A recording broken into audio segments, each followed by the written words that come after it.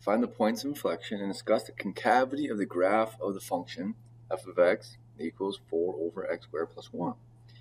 Well, let's do a rewrite so we can find the derivative easier. And now let's find the derivative. 4 times -1, -2 power, chain rule, times 2x. Rewrite, -8x over quantity x squared plus 1 squared. So that's the first derivative. Points of inflection come from the second derivative. So let's find the second derivative. Low d high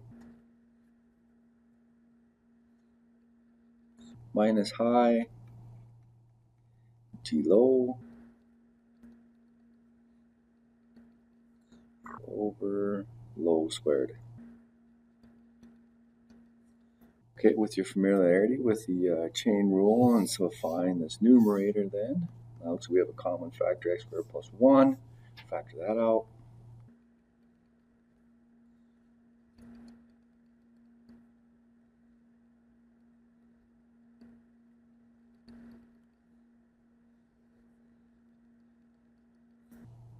And then simplify a little bit. This factor will cancel one of these, divide to 1.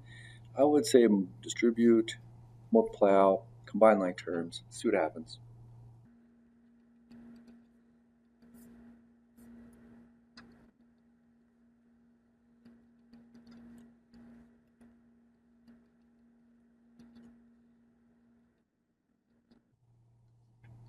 Alright, so there's our second derivative.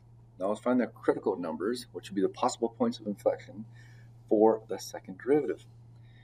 This function, rational function, will equal 0 when the numerator equals 0, and will not exist when the denominator equals 0.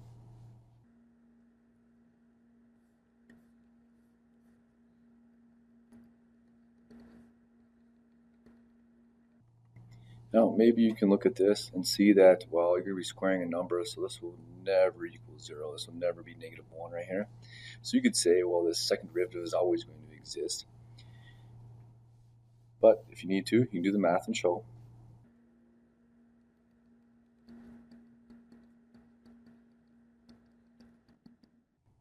Well, 8 over 24, that's 1/3.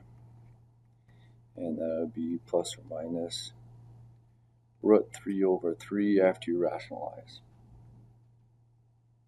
Over here, cube root both sides, we get x squared plus 1 equals 0. X squared equals -1. And if you take the square root of -1, imaginary number, so it's not going to have real roots. Therefore, the second derivative is going to always exist. So we come up with possible points of inflection, x values, plus or minus root 3 over 3. All right, set up a number line. Let's see what's happening with the sign of the second derivative around those possible points of inflection.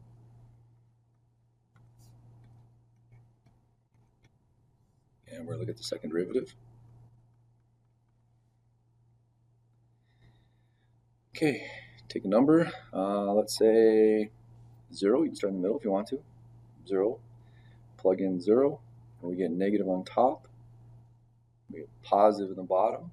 Therefore, this will be negative. The second derivative will be negative at x equals 0. Plug in some value over here. Say -4. You get -4 quantity squared. That's positive. 16 times 24 is a lot bigger than -8, so that's going to be positive. The denominator will still be positive, so we're positive here. Similarly, say you plug in 4, and you're going to get positive. So it does look like x equals negative root 3 over 3 is a point of inflection because the second derivative changes signs, which means the function changes from concave up to concave down, concave up.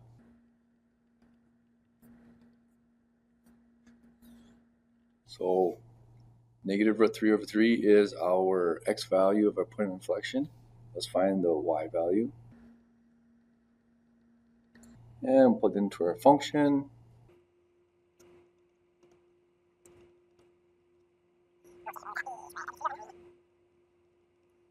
is 12 over 9, which is 4 times 9 over 12, which then equals 3. So we have a POI, point of inflection, at negative 3 over 3. Now let's find the other one. You plug that in, you get the same value. You're squaring the positive value this time. And you get to 4 over 3 over 9. And you're still going to get 3. Okay, so we have 2 points of inflection. And now we need to discuss the concavity. Well, we have that right here. Justification, F is concave up on negative infinity, negative 3 over 3, and 3 over 3 infinity, because f double prime x is greater than 0.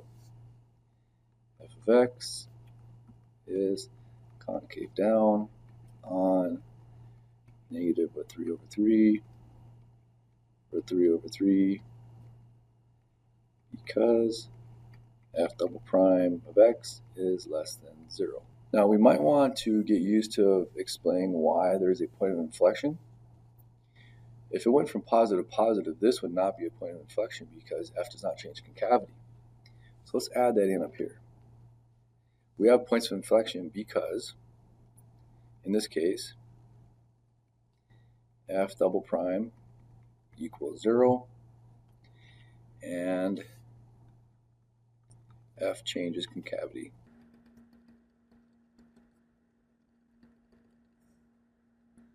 Now some people might say f prime changes from increasing to decreasing.